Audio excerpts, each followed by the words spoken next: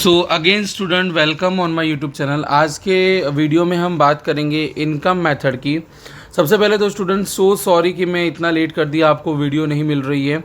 और ये chapter complete होने के बाद ना हम 12th के जो ओसी और इको के जो चैप्टर्स हैं उसके वीडियोस बनाना चालू कर देंगे, उसके वीडियोस भेजना चालू कर देंगे। बिकॉज अभी मोस्टली स्टूडेंट्स का तो 11th ऑलमोस्ट ख़त्म हो चुका होगा और मुझे ऐसा लगता है कि आपका 12th स्टार्ट हो गया होगा या फिर आप अभी से 12th की प्रिपरेशन चालू कर दी होगी आपने। ये जो चैप्टर है ये कंप्लीट होने के बाद हम डायरेक्ट ही 12th की जो ओसी इको के चैप्टर्स हैं उसकी वीडियो बना के आपको भेजेंगे, जिससे आप 12th की प्रिपरेशन पहले से चालू कर सकें। आज के वीडियो में हम बात करेंगे इनकम मेथड की। इसके पहले हमने प्रोडक्शन मेथड देखा था। अब इनकम मेथड के सबसे पहले तो इनकम मेथड दी किसने है, तो इनकम मेथड प्रोफेसर प्रिगो ने दी है।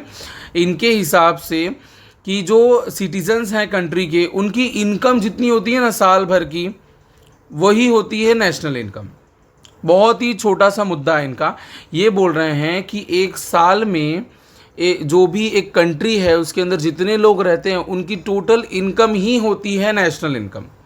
अब इनके हिसाब से उस इनकम में कौन कौन कितने टाइप की इनकम हो सकती है, ये बोल रहे हैं कि इनकम का खाली 4 ही टाइप हो सकता है। पहला होता है रेंट। किसी आपने कोई चीज़ किसी को रेंट पे दी है, भाड़े पे दी है, तो उसका रेंट अगर वो आपको देगा तो आपके लिए रेंट इनकम हो गई। दूसरा होगा इंटरेस्ट। आपने कोई भी चीज़ दी है, किसी को पैसे दिए हैं या कोई भी चीज़ दी है, उसके ऊपर अगर आपको इंटरेस्ट मिल रहा है तो आपके लिए वो इंटरेस्ट क्या हो जाएगा, इनकम। तीसरा है वेजेस। अगर आपको कोई वेजेस या सैलरी मिल रही है तो आपके लिए इनकम होगा। और इसके अलावा क्या हो सकता है, आप प्रॉफिट कमा रहे हो, आपका बिजनेस है, आपका फर्म है, आपकी इंडस्ट्री है, आपका कंपनी है, बस इसके अलावा कोई इनकम हो सकता है? नहीं हो सकता। तो इनके हिसाब से कि एक कंट्री में जितने लोग रहते हैं उनकी जितनी टोटल इनकम है वही होता है नेशनल इनकम।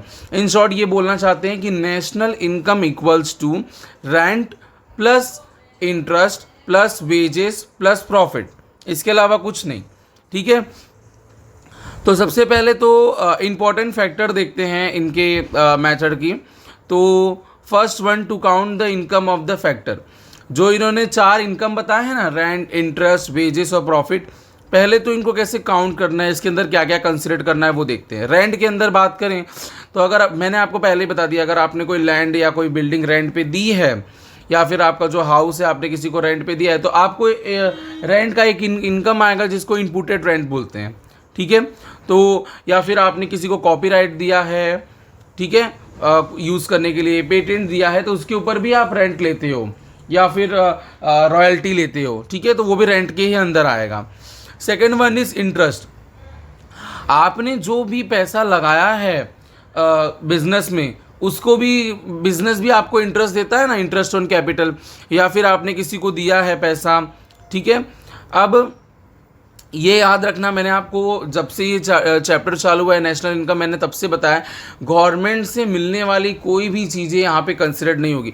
इफ़ अगर आपने गवर्नमेंट की बॉन्ड में पैसे लगाए हैं, गवर्नमेंट की जो भी चीज़ें हैं उसमें पैसे लगाएं, सिक्योरिटीज़ में, अगर आपको गवर्नमेंट से जो इंटरेस्ट मिलता है वो इंटरेस्ट यहाँ पे इंक्लूड नहीं होगा, बिकॉज इसमें टैक्स इंक्लूड नहीं होता और गवर्नमेंट जो भी चीज़ें देती है उसमें टैक्स का योगदान ज़रूर होता है। ठीक है, now next one, income of wages. अगर आपको वेजेस और सैलरी मिल रही है, आप एक वर्कर हो कुछ एक साल की, तो वो भी कंसिडर्ड होगी। और प्रॉफिट तो साल का कंसिडर्ड होगा। ठीक है, प्रॉफिट हो गया या फिर आपको डिविडेंड मिला है, आपने कोई शेयर में प्राइस लगाई है, शेयर खरीदा है, आपको डिविडेंड मिला है, तो वो भी कंसिडर्ड होगा इसके अंदर। ठीक है, now next one is income which are not considered. कौन सी इनकम यहाँ पे कंसिडर्ड नहीं होती, याद रखना। तो सबसे पहले पहला पॉइंट आ गया, देखो अगर आपको किसी ने गिफ्ट दिया है ना तो वो इसके अंदर कंसिडर्ड नहीं होगा। वो गिफ्ट में अगर पैसे भी दिए हैं तो वो भी कंसिडर्ड नहीं होगा इसके अंदर। आपको किसी चीज़ का रिवॉर्ड मिला है, कोई चीज़ में आपने प्राइज़ जीता है, फिर हम टिप देते हैं ना, कोई भी होटल में जाते हैं तो जब हमें वो वेटर आता है, हमें सर्व करता है, तो जो वेटर हमें जो भी हमने खाना या जो भी चीज़ें की होती है, जो भी वेटर हमें पूरा सर्व करता है, हम लास्ट में उसको अपनी खुशी से कुछ टिप दे के जाते हैं। एक्स्ट्रा मतलब जितना बिल होता है वो तो पे करते ही हैं और वेटर को भी टिप देते हैं, तो वो भी कंसिडर नहीं होगा। आप खुश होकर दे रहे हो, वो कोई इनकम फिक्स इनकम नहीं है उसकी कि वो उसको मिलेगी ही। ठीक है, अब आपने किसी का चोरी कर लिया, पर्स में से किसी के भी कुछ भी कर लिया, तो आप थोड़ी ना उसको नेशनल इनकम में दिखा जाओगे, ये देखो मैंने चोरी किया है, ये नेशनल इनकम में कंसिडर्ड होगा, नहीं ना। अनएम्प्लॉयमेंट अलाउंस, अगर आप अभी काम नहीं कर रहे हो तो उसके लिए भी, जैसे आप स्टूडेंट हो या फिर अभी आप मतलब अभी स्टूडेंट हो, अभी आप काम नहीं कर रहे हो, तो आपको एक अलाउंस दिया जाता है सरकार के द्वारा, ये सब सरकार देती है। तो यह तो आपको पता है ना, गवर्नमेंट जो चीज़ दे रही है वो कंसिडर्ड नहीं होगा। नाउ फिर वो गवर्नमेंट असिस्टेंस टू एल्डर्स, जो बड़े लोग होते हैं, जो सीनियर सिटीजन्स होते हैं, उनको भी गवर्नमेंट कुछ असिस्टेंस प्रोवाइड करती है बाय फाइनेंशियल असिस्टेंस ज़्यादातर, तो वो भी इसके अंदर कंसिडर नहीं होगा। आपकी लॉटरी लग गई अचानक से माला माल वीकली की तरह, तो वो भी यहाँ पे कंसिडर्ड नहीं होगी। आया समझ में आपको।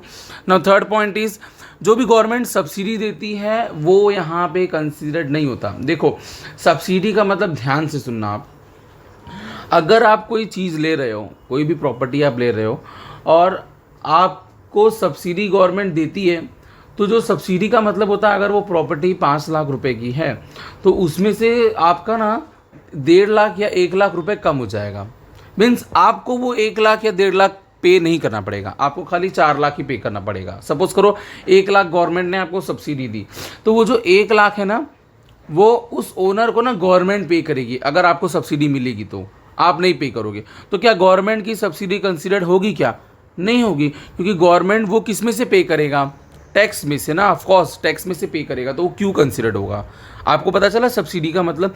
सब्सिडी हमें दी जाती है, मीन्स उतना पैसा माफ़ हो जाता है। एक्चुअली वो माफ़ नहीं होता, हमारे लिए माफ़ होता है। वो देती कौन है? उतना पैसा वो गवर्नमेंट देती है। आया समझ में। नेट फॉरेन इनकम ऐड होगा। सपोज करो ना आप फॉरेन में काम करते हो, तो काम करने पे क्या आप डायरेक्ट इनकम ही कमाने लगोगे? एक्सपेंस भी तो जाएगा। तो जो भी आपका टोटल प्रॉफिट होगा उसमें से सारा एक्सपेंस माइनस करने के बाद जो नेट इनकम बचता है ना, वो भी कंसीडर्ड होगा नेशनल इनकम में।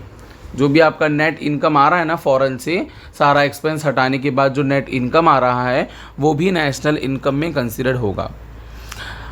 इनकम जो कमीशन और ब्रोकरेज मिल रही है ना कोई भी चीज़ बेचने पे, वो भी कंसीडर्ड होगी। जो भी इनकम आ रही है ना, कमीशन या ब्रोकरेज, दलाली जिसको नॉर्मल लैंग्वेज में बोलते हैं, वो भी कंसीडर्ड होगी। 6 point, those income which shows flow of production of goods and service in the economic increase the monetary value of the economy are considered। 6 point इतना घुमा फिरा के लिखा है। इन शॉर्ट, कभी कभार कुछ चीज़ों का ना मार्केट प्राइस है ना कम ज़्यादा होता रहता है, कम तो नहीं होता है, पता नहीं कहाँ से कम लिख दिया है, बट ज़्यादा तो होता ही रहता है। तो वो जो मार्केट प्राइस थोड़ा बहुत कम ज़्यादा होता है ना, वो मार्केट प्राइस ही कंसीडर्ड होता है उस गुड्स या पर्टिकुलर गुड्स या सर्विस के लिए, जो जिसकी मार्केट प्राइस या वैल्यू चेंज होती रहती है ना, वो जो चेंज होने वाली प्राइस है ना, वही कंसीडर्ड होती है नेशनल इनकम में। ठीक है। सेकेंड हैंड गुड्स का इनकम है ना, वो कंसीडर्ड नहीं होता, क्योंकि हमने कहा है फिर डबल काउंटिंग हो जाएगी। अभी मैंने मोबाइल ख़रीद लिया है एक बार, तो जो मैंने मोबाइल ख़रीद लिया फिर मैंने पे किया होगा किसी को, तो उसके लिए जो इनकम होगी वो उसने नेशनल इनकम में काउंट हो चुकी होगी एक बार की।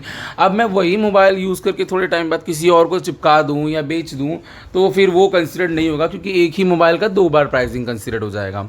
आया समझ में। तो ये चीज़ें होती हैं थोड़ी बहुत। नाउ नेक्स्ट वन इज़, कौन सा टॉपिक था? अच्छा, नया टॉपिक आ गया।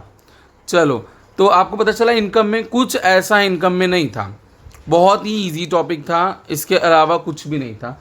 नाउ एक्सपेंडिचर मेथड, इसका ऑपोजिट एक्सपेंडिचर मेथड। ये मेरे को तो ऐसा लगता है इकोनॉमिक्स में ना एक दूसरे प्रोफेसर के एक झगड़े होते हैं आपस में कि तूने अगर कोई चीज़ प्रेजेंट की तो मैं भी करूँगा, इनका अलग ही मुद्दा होता है। तो प्रोफेसर फिशर ने क्या बताया कि सोचा उन्हीं का उल्टा बोल देता हूँ। प्रोफेसर फिशर ने बताया कि एक कंट्री की एक साल में जितना एक्सपेंडिचर होता है ना, वो होता है नेशनल इनकम। दिमाग देखना खाली इनका। फिशर क्या बोल रहे हैं, स्टेट्स में भी नाम सुनोगे तुम 12th में, टेंशन क्यों ले रहे हो। फिशर बोल रहे हैं कि अगर आप एक कंट्री ले लो, उस कंट्री के एक साल में लोग जितने रहते हैं, उन्होंने जितना खर्चा किया होगा ना, वही आपका नेशनल इनकम होगा। कैसे? क्योंकि ये बोलते हैं कि सपोज़ करो आप, अभी खर्चा कैसे हो सकता है, आप अगर क्या करोगे, गुड्स और सर्विस खरीदोगे, कोई भी एक पर्सन खरीद रहा है, फैमिली खरीद रही है, कोई फर्म खरीद रहा है, गवर्नमेंट खरीद रहा है, तो वो खर्च तो करेंगे। देखो इन शॉर्ट इनके कहने का मतलब क्या है पता है, क्योंकि अगर हमारा जो एक्सपेंस होता है वो किसी के लिए इनकम बनता ही है, हाँ या ना? हम जो एक्सपेंडिचर करते हैं ना, वो किसी के लिए इनकम बनता है कि नहीं? अगर वो किसी के लिए इनकम बनता है तो वो नेशनल इनकम भी हुआ ना। बस इन्होंने दूसरा नाम दे दिया एक्सपेंडिचर मेथड, कि एक साल में एक कंट्री कितना एक्सपेंडिचर, टोटल मॉनिटरी एक्सपेंडिचर कितना कर रही है फिजिकली, उसको ही बोलेंगे हम नेशनल इनकम। ठीक है। नाउ इसके भी कुछ 4 फैक्टर हैं एक्सपेंडिचर के।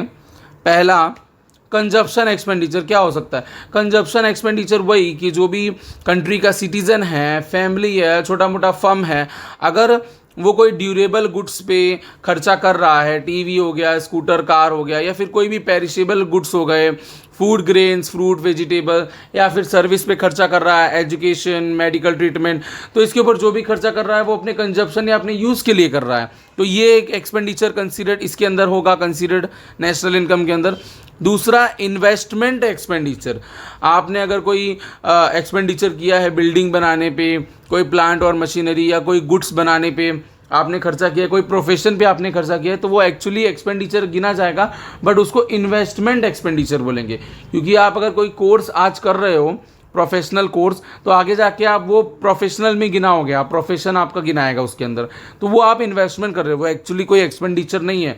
आप अगर आज एक कोई बिल्डिंग बनवा रहे हो, तो वो बिल्डिंग आप अभी बनवा रहे हो, लेकिन आगे उसका इनकम आएगा आपके पास। अगर आप रेंट पे दे रहे हो या फिर आप खुद भी रह रहे हो, तो भी आपको दूसरा कोई चीज़ रेंट तो पे करने की ज़रूरत नहीं पड़ रही है ना, तो उसके फ़ायदे मिलेंगे, इसलिए इसको इन्वेस्टमेंट एक्सपेंडिचर कहा जाता है। गवर्नमेंट एक्सपेंडिचर, गवर्नमेंट भी कुछ एक्सपेंडिचर करती है, जैसे कि कंजप्शन एक्सपेंडिचर। कभी कभार गरीबों के लिए, गरीबों के कंजप्शन के लिए कुछ गवर्नमेंट खर्चा करती है, कभी कभार गवर्नमेंट भी किसी चीज़ में इन्वेस्टमेंट करती है।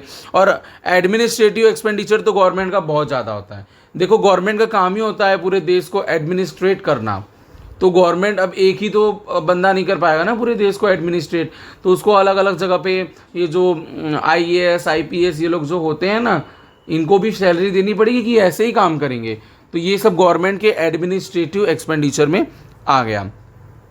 Now last but not least, that is net export expenditure. Net export expenditure का मतलब, ध्यान से सुनना बच्चों, नेट एक्सपोर्ट एक्सपेंडिचर का मतलब होता है कि अगर एक कंट्री जब कहीं दूसरी कंट्री से कोई गुड्स मंगाती है, तो उसका एक्सपेंडिचर हुआ जिस कंट्री ने मंगवाया, और जब वही कंट्री किसी दूसरी कंट्री को गुड्स एक्सपोर्ट करती है, तो सामने वाली कंट्री का एक्सपेंडिचर हुआ। उन दोनों के डिफरेंस को बोलते हैं net export expenditure. In short, आप जितना एक्सपोर्ट कर रहे हो ना, वो जो आपके पास इनकम आ रही है, सपोज करो एक कंट्री है, ध्यान से सुनना, इंडिया, सपोज करो इंडिया एक कंट्री है, इंडिया, उसने एक साल में कुछ समथिंग 1000 का उसने एक्सपोर्ट किया, हाइपोथेटिकल एग्जांपल दे रहा हूँ, 1000 का एक्सपोर्ट किया, और इंपोर्ट किया उसने समथिंग 800 रुपये का। ये इतने इंपोर्ट किए एक साल में, तो 1000 में से अगर 800 माइनस करोगे तो डिफरेंस कितना निकलेगा? 200 का। तो ये 200 क्या हुआ पता है? नेट एक्सपोर्ट एक्सपेंडिचर, इंडिया की, उस कंट्री का नेट एक्सपोर्ट एक्सपेंडिचर भी एक्सपेंडिचर मेथड में प्लस होगा। आया समझ में आपको? ठीक है, आगे चलें। उसके बाद हमें दिया है, इनके कहने का मतलब है कि टोटल नेशनल इनकम क्या होगा, तो consumption expenditure plus investment plus government plus net export. Net export मतलब एक कंट्री एक साल में कितना एक्सपोर्ट कर रही है, कितना इंपोर्ट कर रही है, एक्सपोर्ट में से इंपोर्ट माइनस कर देगी, आपको मिल जाएगा net export. Now second one is, कौन सा इनकम एक्सपेंडिचर मेथड में, सॉरी कौन सा एक्सपेंडिचर मेथड में कंसिडर्ड नहीं होगा? तो सबसे पहले तो सेकेंड हैंड गुड्स खरीदने का एक्सपेंडिचर नहीं होगा, ट्रांसफ़र एक्सपेंडिचर कंसिडर्ड नहीं होगा, जो पेंशन मिलती है ना वो भी कंसिडर्ड नहीं होगी क्योंकि ये सब गवर्नमेंट देती है, अनएम्प्लॉयमेंट अलाउंस भी कंसिडर्ड नहीं होगा, जो विधवा पेंशन मिलती है ना, विधवा लोगों को, विडोज़ को जो सरकार देती है, उनके फाइनेंशियल ही हेल्प करती है, वो भी नहीं होगा इसके अंदर। कोई ओल्ड शेयर पे आपने पैसे लगाए हैं वो भी कंसिडर्ड नहीं होगा। कोई ऐसा गुड्स बीच में से खरीदा है जो पूरी तरीके से अभी बना नहीं है, जो मतलब फिनिश्ड गुड नहीं है, इंट्रीम गुड मतलब अभी उसका प्रोसेस चालू था और आपने बीच में से ही उसको खरीद लिया, आपको कोई यूज़ होगा, वो आपका पर्सपेक्टिव है, बट वो कंसिडर्ड नहीं होगा। ठीक है। नाउ नेक्स्ट वन इज़, अब इसमें एक बहुत बड़ी डिफ़िकल्टी होती है, पता है, नेशनल इनकम काउंट करने में। ये आपका जो भी ये मेथड है ना एक्सपेंडिचर, क्या डिफ़िकल्टी होती है, ध्यान से सुनना। देखो, अब सपोज़ करो ना, एक बिजनेस पर्सन है जिसका नाम आरव है, उसने ना एक अकाउंटेंट को रखा है, अकाउंटेंट का नाम है मिलाप। तो बिजनेस जो आरव है ना, उसने अकाउंटेंट को उसके एक महीने की सैलरी दी 30,000। ध्यान से सुनना। अब वो घर पे गया मिलाप, और उसके घर पे एक काम वाली बाई थी जिसका नाम था खुशबू, ठीक है, डोमेस्टिक हेल्पर, मतलब समझ लो आप ना, उसके थोड़ा बहुत हेल्प करती थी घर का काम, ठीक है। और उसका मिलाप ने ना उसको बोल रखा था कि तुम मेरे घर पे काम करने आओगे, मैं आपको हर मंथ की 3,000 रुपये आपको सैलरी दूंगा। अब जब मिलाप को सैलरी मिली 30,000, उसमें से मिलाप ने कितना एक्सपेंडिचर किया, 3,000 खुशबू को दे दिया। तो ऐसे देखे तो एक्सपेंडिचर कितना हुआ, सबसे पहले तो मैं किसका एक्सपेंडिचर देखूंगा, आरव का कितना एक्सपेंडिचर हुआ 30,000, क्योंकि आरव ने मिलाप को दिया। अब मिलाप ने 3,000 दिया खुशबू को, तो एक्सपेंडिचर कितना दिख रहा है, 33,000 दिख रहा है कि नहीं, 33,000 दिख रहा है कि नहीं। बट एक्चुअल में क्या वो 33,000 है, सोचो ना, वो तो एक्चुअल में 33,000 है ही नहीं, वो तो कितना है, ओनली 30,000, क्योंकि उसी 30,000 में से ही उसने 3,000 पे किया ना। एक्चुअली यहाँ पे जो 30,000 प्लस 3,000 लिखा है ना, एक्चुअली यहाँ पे आना क्या चाहिए था, 27,000 प्लस 3,000, तब जाके 30,000 होता। तो ये डबल काउंटिंग वाला एक बहुत बड़ी डिफ़िकल्टी होती है इस नेशनल इनकम काउंट करने में। अगर आप नेशनल इनकम काउंट कर रहे हो एक्सपेंडिचर मेथड में, तो ये सबसे बड़ा एक डिफ़िकल्टी होता है, आया समझ में। उसके बाद देखो, हर एक मेथड में ना कुछ कुछ लिमिटेशंस हैं, तो ना अब कंट्री अपने हिसाब से डिसाइड करती है कि उसको कौन सा मेथड अडॉप्ट करना है, कौन सा मेथड हमें ज़्यादा सच तक, ट्रूथफुलनेस तक लेके जाएगा। क्योंकि हम तो ये जानते हैं कि एग्जैक्टली 100% सच होना एक काइंड ऑफ इम्पॉसिबल हो जाता है नेशनल इनकम की बात करें तो कंट्री ये देखती है कि कौन सा मेथड हमें ना ज़्यादा क्लोज लेके जाएगा ट्रूथफुलनेस के साथ, तो वो मेथड वो अडॉप्ट करती है। वैसे भी यहाँ पे लिखा हुआ है बट कि जो डेवलपिंग कंट्री होती है वो ज़्यादातर प्रोडक्शन मेथड यूज़ करती है, और जो डेवलप्ड कंट्री होती है वो ज़्यादातर इनकम और एक्सपेंडिचर ही यूज़ करती है मेथड नेशनल इनकम काउंट करने के लिए। आया तो समझ में आपको। अब लास्ट यहाँ पे 9.6 में दिया है, कुछ प्रॉब्लम्स होते हैं national income, measuring national income को काउंट करने में। तो वो प्रॉब्लम के खाली नाम दिए हैं। 1954 में CSO mean central statistical organisation, सबसे पहले याद रखना ऑर्गेनाइजेशन में Z का यूज़ होता है और स्टेटिस्टिकल का स्पेलिंग आना चाहिए, क्योंकि बहुत लोगों को नहीं आ रहा होता ये। अभी भी मैंने देखा, अभी मेरे बच्चे हैं जो इन्हें नहीं आ रहा था, इसीलिए मैं बोल रहा हूँ। तो बहुत सारी काउंटिंग, बहुत सारा प्रॉब्लम होता है, खाली प्रॉब्लम का नाम याद रखना है और कुछ इतना डिटेल में नहीं दिया है। सबसे पहले तो देखो डबल काउंटिंग पढ़ के आ गए, वो प्रॉब्लम होता है। सेल्फ कंजप्शन, अभी मैं खुद बना रहा हूँ और खुद ही खा रहा हूँ, तो तुमको कैसे पता चलेगा, नेशनल इनकम में प्रॉब्लम होगी ना। डेप्रिसिएशन का प्रॉब्लम है, टैक्स अवॉइडेंस, टैक्स चुराना, टैक्स को कम बताना। इलीगल इनकम, मेरी ऐसी इनकम है जो इलीगल कामों से आती, फिर आपको कैसे पता चलेगा, वो तो कंसीडर्ड ही नहीं होता ना नेशनल इनकम में। नेट फॉरेन इनकम में भी कुछ ऊपर नीचे हो जाता है, काउंटिंग गलत करते हैं, अकाउंटिंग में प्रॉब्लम हो जाता है। देखो अकाउंटिंग में अगर देखो एक पर्सन कोई चीज़ कर रहा है ना, तो ऐसा नहीं कि 100% सही होगा, कभी कभार गलती हो सकती है। तो और वैसे भी कभी कभार अकाउंटिंग में जानबूझ के प्रॉब्लम क्रिएट किया जाता है ताकि हम कम दिखा सकें हमारा टैक्स जो भी है। इलिटरेसी बहुत बड़ा प्रॉब्लम है। स्मॉल स्केल अगर प्रोडक्शन है, छोटा मोटा मेरा है प्रोडक्शन स्केल बहुत छोटा है, तो उसमें भी प्रॉब्लम होगा। बार्टर सिस्टम में तो हम काउंट कर ही नहीं सकते। बार्टर सिस्टम अभी आपको आएगा टॉपिक, तो मैं आपको समझा दूंगा। एक्चुअली बार्टर सिस्टम ये होता है, लेन देन होता है बट पैसे का लेन देन नहीं होता। वहाँ से आप 2 किलो चावल दोगे, यहाँ से आप उसको घी दोगे, बस इसको बोलते हैं बार्टर सिस्टम। पैसे का लेन देन होता ही नहीं है वहाँ पे। या फिर लोग हैं ना, एक से ज़्यादा अगर काम के अंदर इन्वॉल्व, फॉर एग्जांपल मैं 2 जॉब करता हूँ, तो फिर ये थोड़ा मुश्किल हो जाता है दोनों जगह का नेशनल इनकम कंसिडर करने में। तो ये सब कुछ प्रॉब्लम है जो CSO ने बताए हैं का नेशनल इनकम काउंट करने में, ये कुछ प्रॉब्लम होते हैं, ठीक है। और बाकी इसके लास्ट वीडियो में हम इसका लास्ट ये चैप्टर का एंड कर देंगे, जिसके अंदर आएगा मॉनेटरी इनकम और रियल इनकम वाला टॉपिक। और साइकिल जो था हमारा, जो ये साइकिल था ना हमारा टॉपिक बाकी था, एक सेकेंड, कहाँ गया, हाँ, ये circular flow of national income का जो टॉपिक था वो भी हम वहाँ पे कवर कर देंगे लास्ट वीडियो में। और उसके बाद हम आपको इकोनॉमिक का फर्स्ट चैप्टर जो है 12th स्टैंडर्ड का graph and diagram in economics, उसकी वीडियो प्रोवाइड कराएंगे।